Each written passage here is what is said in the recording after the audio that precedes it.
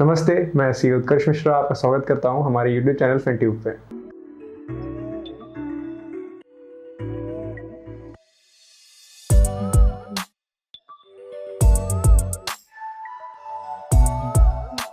तो जैसा हमारी जीएसटी सीरीज का अगला टॉपिक होने वाला है बैंक अकाउंट्स। अब हमको बता दें बैंक अकाउंट ज़रूरी क्यों है। जीएसटी डिपार्टमेंट ने एक एडवाइजरी इशू करी थी रूल 10 के अंदर सीजीएसटी रूल 2017 में कि अगर आप अपने बैंक अकाउंट को अपने रजिस्ट्रेशन के 30 दिन के अंदर लिंक नहीं करवाते हैं तो आपका जो रजिस्ट्रेशन है उसको सस्पेंड कर सकते हैं। अगर सस्पेंशन हो जाता है और उसके 30 दिन के अंदर आप अकाउंट को लिंक नहीं करते हैं तो आपका जो रजिस्ट्रेशन है वो कैंसिल किया जा सकता है। इसलिए आपको बैंक अकाउंट लिंक करवाना बहुत ही अनिवार्य है। तो हम आपको स्टेप बाय स्टेप प्रोसेस बताने वाले हैं कि अपना अकाउंट लिंक कैसे करवाएं।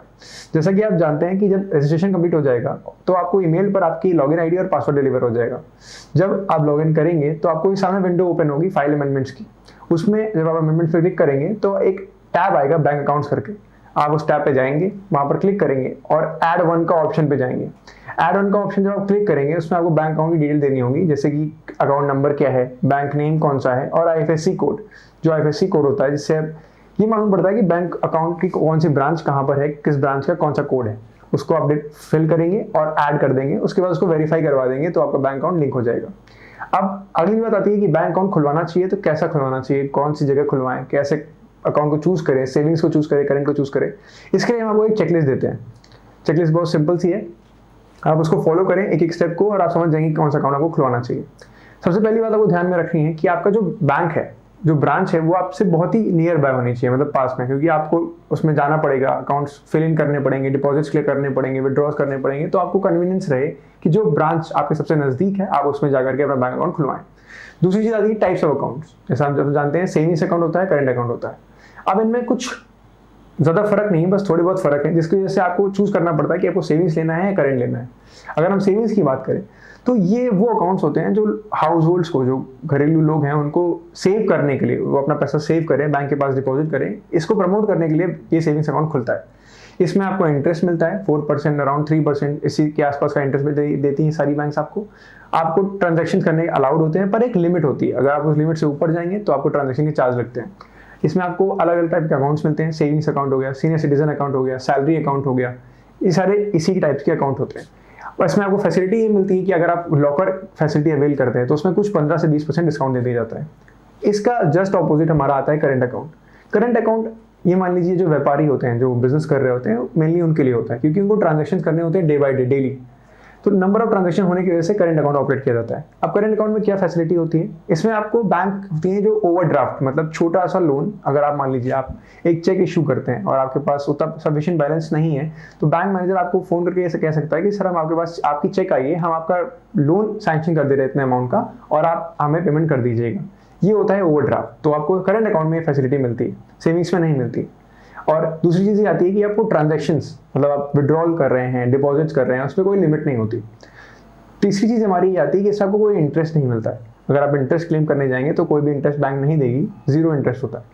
चौथी चीज़ ये होती है कि आपको इसमें फ़ायदा ये रहता है कि जैसे सेविंग्स अकाउंट में क्या है, अगर आप ट्रांजेक्शन्स करते हैं और आपके कैश ट्रांजेक्शन्स 10 लाख से ऊपर जाते हैं तो आपको इनकम टैक्स की तरफ से एक नोटिस आ सकती है। पर करंट अकाउंट में ऐसा कुछ भी नहीं है। करंट अकाउंट में आप जितने भी ट्रांजेक्शन करें कोई उसमें प्रॉब्लम नहीं होती, क्योंकि उनको पता होता है करंट अकाउंट यूजली बिजनेसमैन खोलता है।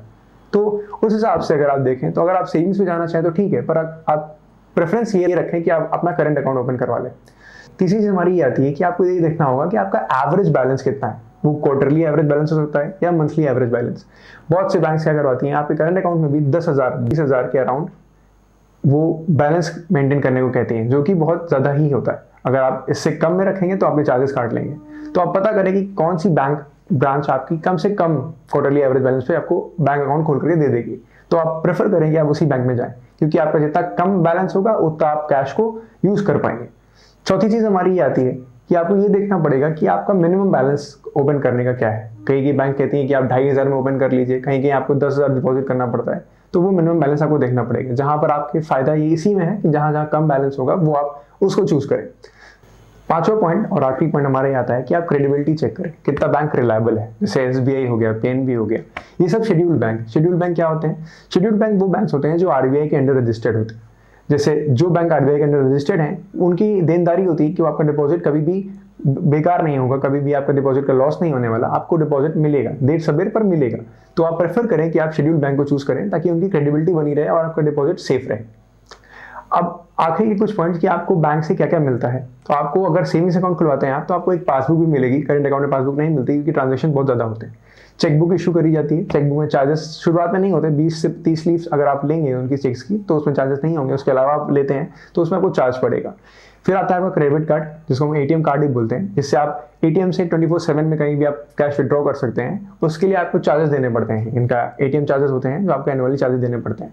फिर चौथी चीज़ आपकी आती है कि आपको एक SMS फैसिलिटी मिलती है कि आप डिपॉजिट कर रहे हैं, विड्रॉल कर रहे हैं तो आपको SMS आएगा आप फोन में, उसके भी चार्जेस कटते हैं आपके। ये मंथली चार्जेस होते हैं, क्वार्टरली चार्जेस होते हैं, ऐसे बैंक आपके चार्जेस काटता है। तो इसी के साथ हम आपको बता दें ये हमारा वीडियो खत्म होता है और हम आपको ऐसी जानकारी देते रहेंगे। हमारी GST सीरीज में जुड़े रहें, हमारे चैनल को सब्सक्राइब कर लें, हमारे वीडियोस को लाइक करें और तब तक के लिए थैंक यू सो मच।